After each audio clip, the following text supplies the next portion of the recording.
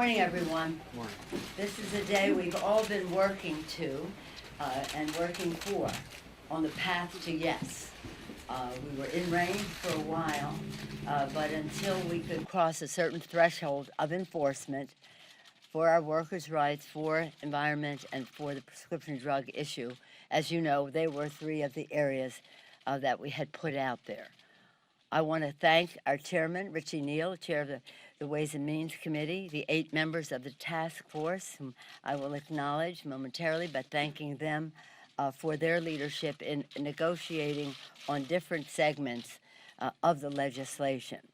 I also want to thank Richard Trumka, the president of the AFL-CIO. He was persistent, dissatisfied, knowledgeable. He really got us to a place which is a far distance from where we started with the proposal that was given to us. There is no question, of course, that this trade agreement is much better than NAFTA. But in terms of our work here, it is infinitely better than what was initially proposed by the administration. And I credit our chairman, Richie Neal, for helping us navigate all of these places. The unity of our caucus on specific priorities in order to get the job done. And again, the brilliance and knowledge of Richard Trumka as to the ramifications of every provision that was in the legislation.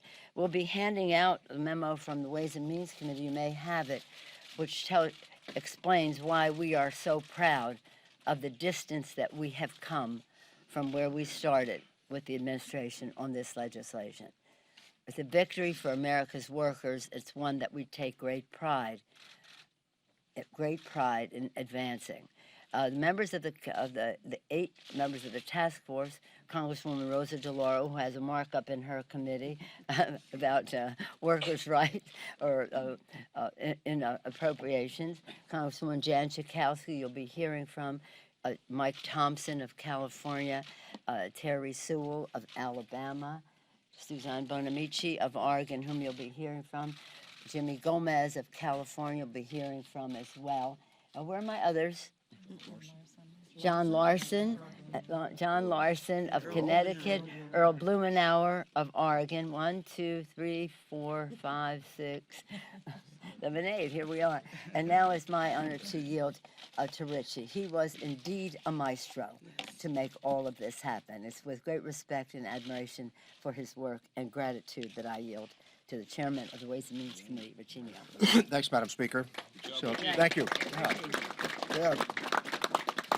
Every once in a great while, you get to participate in a "it will never happen" moment,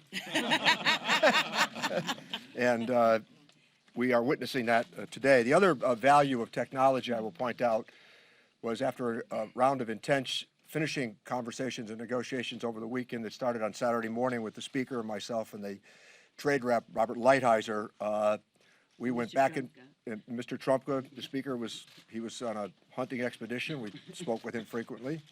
But the Speaker talked to me earnestly about we're near.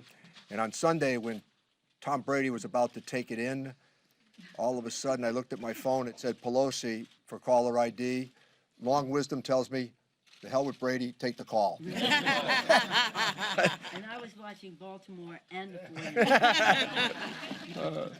So this is a transformative agreement. It's a template, I believe, for future agreements. Our constant emphasis was on enforceability. We fixed that. And the idea and the notion that the president of the AFL-CIO, Rich Trumka, would be supportive of this initiative, I think, tells the story. But this is more than a triumph for organized labor. It's a triumph for workers everywhere across America. In terms of the working group members, I want to say that they strengthened the labor standards. They strengthened the environmental chapters. They enhanced the verification mechanisms for environmental trade. With the unflinching leadership of the Speaker, we also secured important changes in USMCA that preserve Congress's ability to change U.S. law to address the crisis we are facing with respect to high prescription drug prices. Over the intense period of these negotiations with the administration, I repeatedly emphasized that USMCA will deserve a vote because it's an agreement that Democrats shaped. I don't think anybody on this dais would have said 2 months ago that we would have been able to get as far as we did in this negotiation.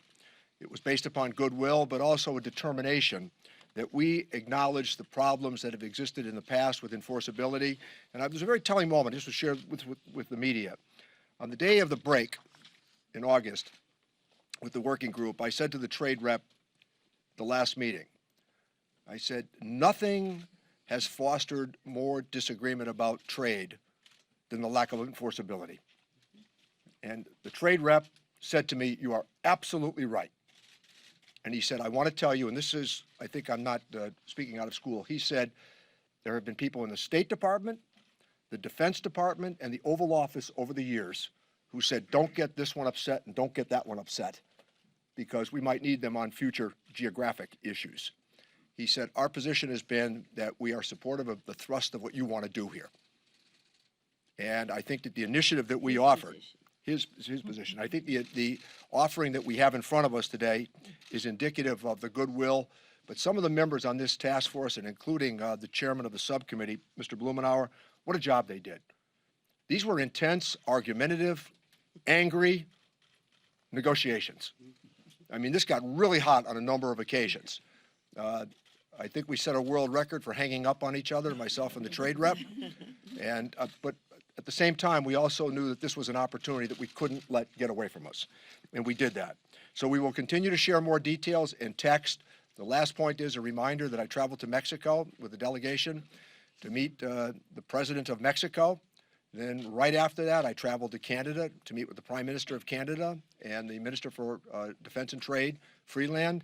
They are, I believe, they were good partners in this. They conceded just about to every point that we asked for because of the following: enforceability, enforceability, enforceability. So with that, Madam Speaker, I'll turn it back to you. Well, we're going to turn it back to Jan Schakowsky, champion on the issue that related to pharmaceuticals in the trade agreement. Thank you, Madam Speaker. It's been an honor to serve on the working group. The Trump administration sent us a deeply flawed trade deal that, among other things, would have raised the price of pharmaceuticals across North America by locking in high drug prices and expanding big pharma's monopoly. Over the past 6 months, my Democratic colleagues and I on the working group, we worked for a deal that helps America's patients, workers, and all consumers. We now have a new and improved renegotiated NAFTA that prevents Big Pharma from raising the price of prescription drugs across the United States, Mexico, and Canada. First, we eliminated provisions that undermine Congress's ability to change domestic policy that lead to high drug prices. The Trump administration tried to tuck into tuck in big corporate gifts to Big Pharma in the USMCA, 10 years of market exclusivity for biologics. Though we currently have in the United States 12 years of exclusivity in the United States, this trade bill would have tied Congress's hands and prevented us from enacting legislation. I have a bill that would actually lower the exclusivity period. But that provision is now out of the trade deal. It is gone.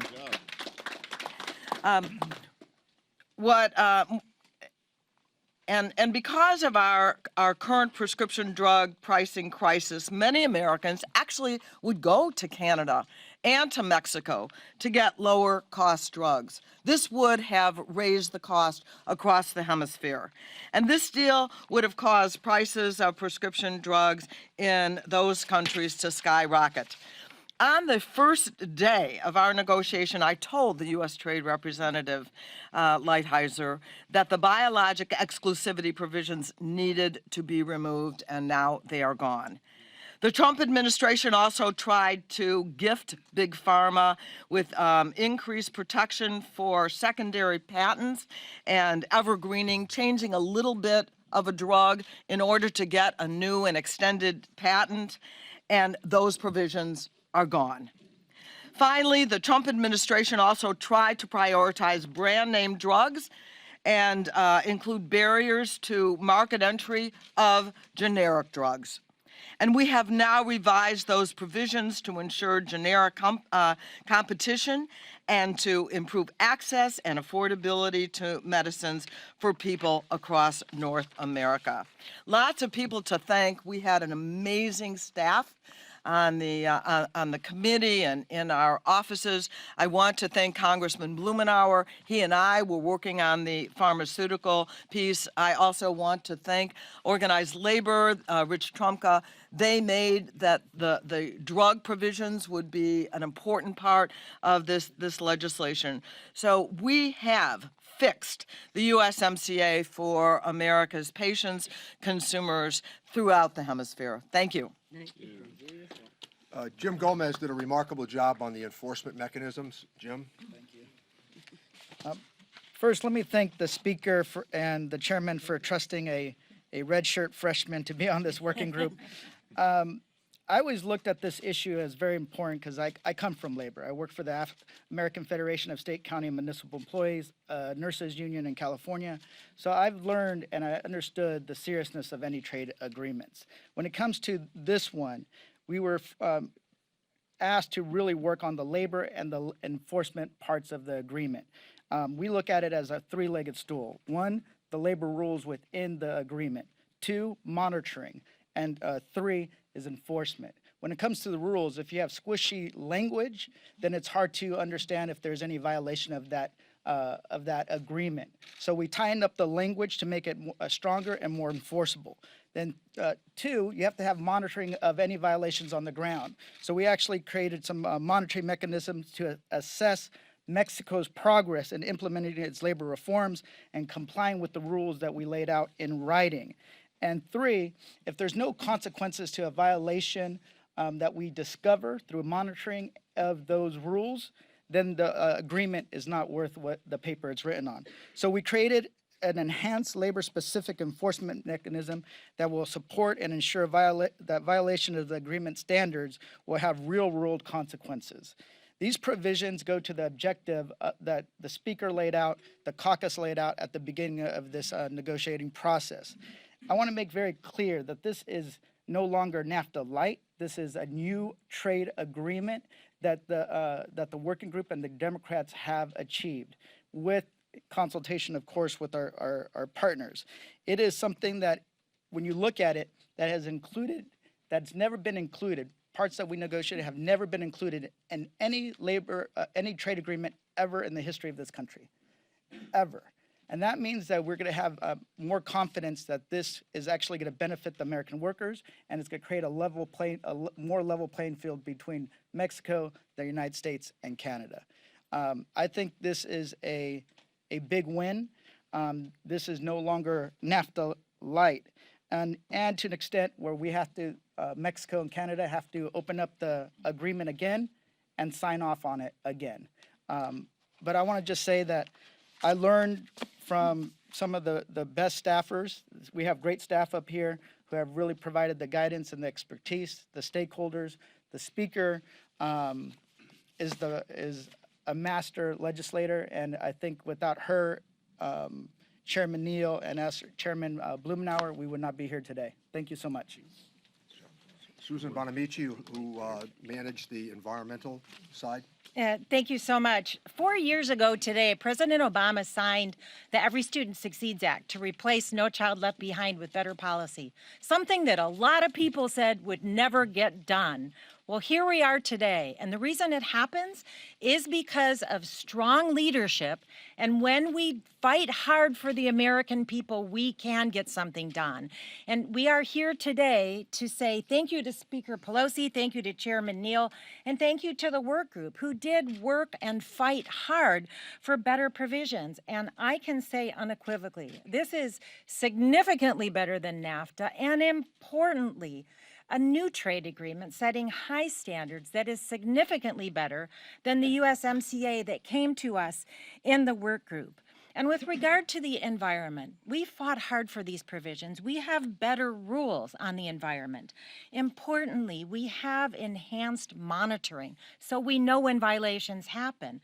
And then critically, we have strong enforcement and strong funding to make sure that those provisions are being enforced. We incorporate several multilateral environmental agreements. We have an interagency committee to assess and monitor.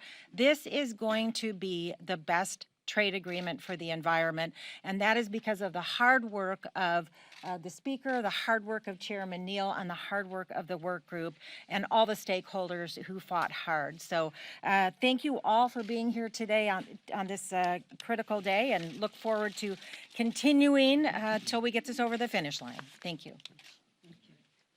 Thank you. Thank you all very much for your hard work and of the Gang of Eight and the Trade Subcommittee and the rest.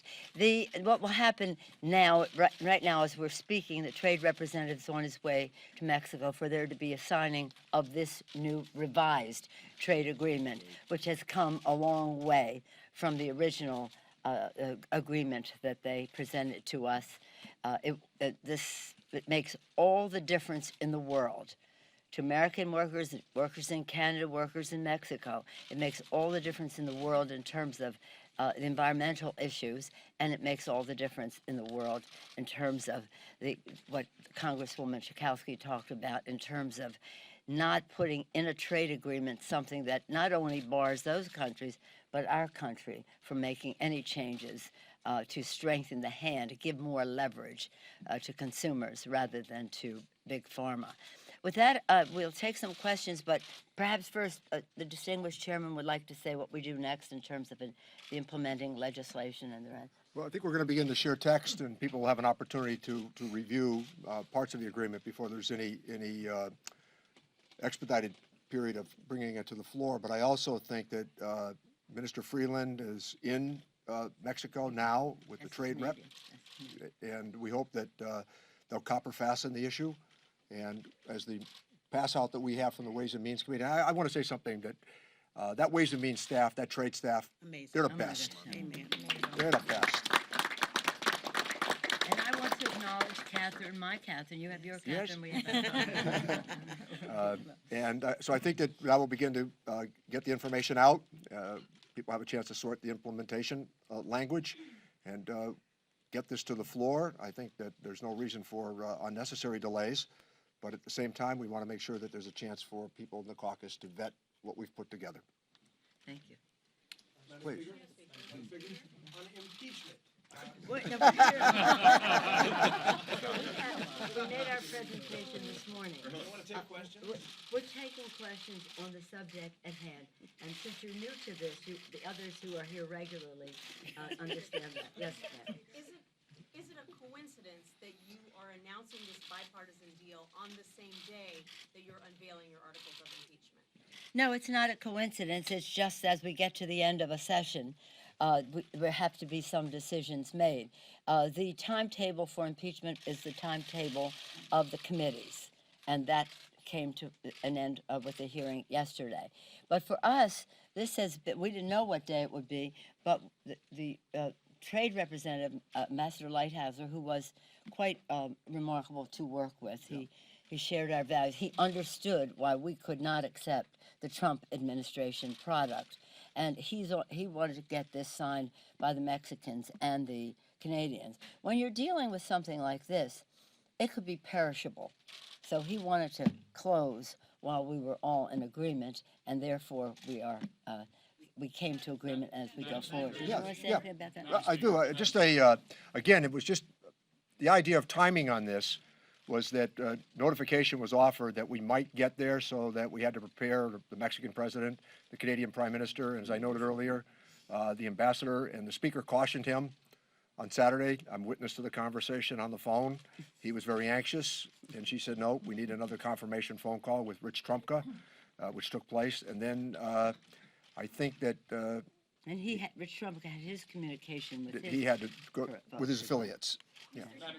And then, if I just may, on that score, we're coming to the end of the session. So if you engineer back from what we hope will be the end, December 20th, if you engineer back in order to get something accomplished, which we hope to do before the end of the session, you have to move. Madam Speaker, what do you say to those who wonder how you can say that President Trump is an existential threat to democracy on the one hand, but also work so closely with his administration to get something like this done, which is such a priority for them as well? I would say that we came a long way from what he originally proposed. And there are some people who said, why make it look like he has a victory? Well, we're declaring victory for the American worker in what is in this agreement. But we would never, not any one of us is important enough for us to hold up a trade agreement that is important for American workers because of any collateral benefit that might accrue to any one of us. A reminder, this is a hemispheric trade agreement. That's how important this is. And we were determined to alter the conversation about trade. We made this. We made this agreement. Yeah. It was one of those things where we made our own environment. Mind you, Mexico has NAFTA. So what is their motivation to? So we had to take everybody to a different place. And certainly, we would never have agreed to what the president proposed in the first place. Yep. Two questions. Can you just explain to the American people, you've fought hard over some specific issues, what this means for the economy long-term, you think? And then also, will the Americans have the ability to go into Mexican plants and verify it? Yes. And we also believe that as we proceed now into the final stages of just the text sharing, that we'll be able to confirm what I've just said, not to miss the point that we can't turn our backs and deny the reality of trade. As I noted earlier, 95% of the consumer class in the world lives outside of the United States, coupled with the other reality. I mean, if you talk to your children or your grandchildren, and you talk about the internet, I mean, they're already globalized. So the idea for us, I think, is to shape these agreements so that the American worker is covered as well. Madam Speaker, this is kind of a whiplash morning dealing with impeachment at 9 o'clock, USMCA. And the day is young. And we still have legislating to do. Well, first of all you talk about when we come together is, when are we getting out here? Are we going to be out by Christmas? And now you're saying you're whiplashed into all this activity to get us out on time. We've been through many crazy Decembers here. We're certainly getting there. That said, though, when I talk to a lot of your Democrats who are very interested in getting USMCA, who might be skeptical about impeachment, they emphasize why it was important to get this done, but they worried whether or not the attention and the legislative success of USMCA and perhaps other issues could win the day in the court of public opinion over impeachment when those issues are more prominent. Do you expect this to prevail and resound with those voters more than impeachment? This has a life of its own. This is about, as the chairman said, globalization is a reality. It is not going away.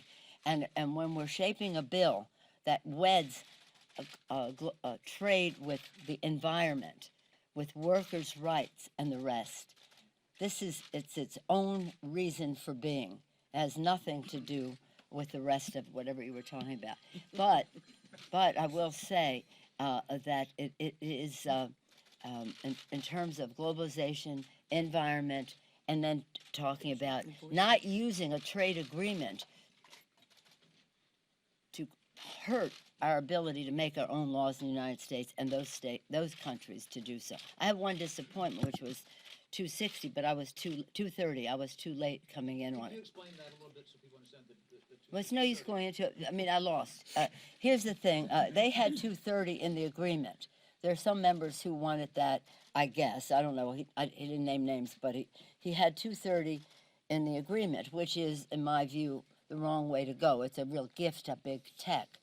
But I had said to and we know this, I had said to the trade representatives, we're not adding any more issues to the discussion.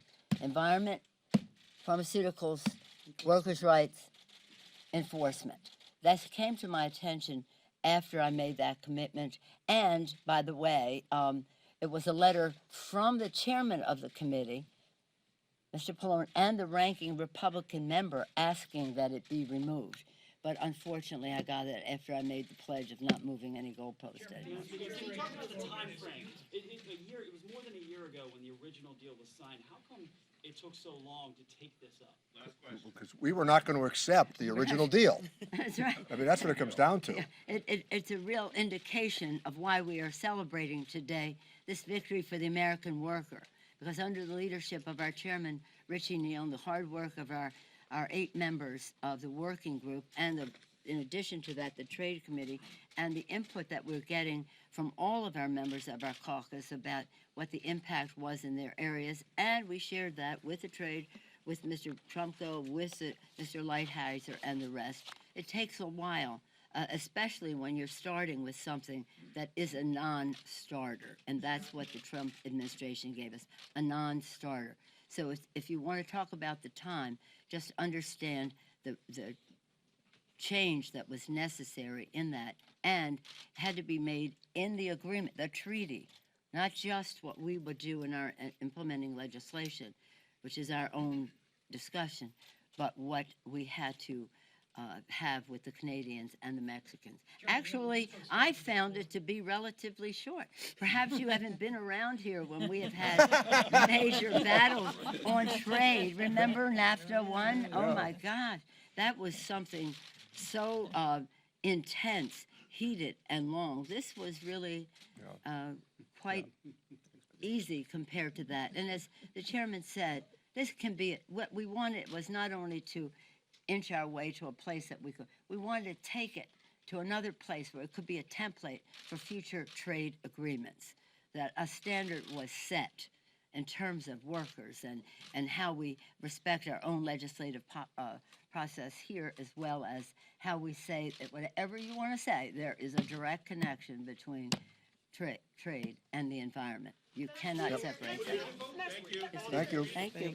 Thank you. Program to start at 10:45. Turn on her heel.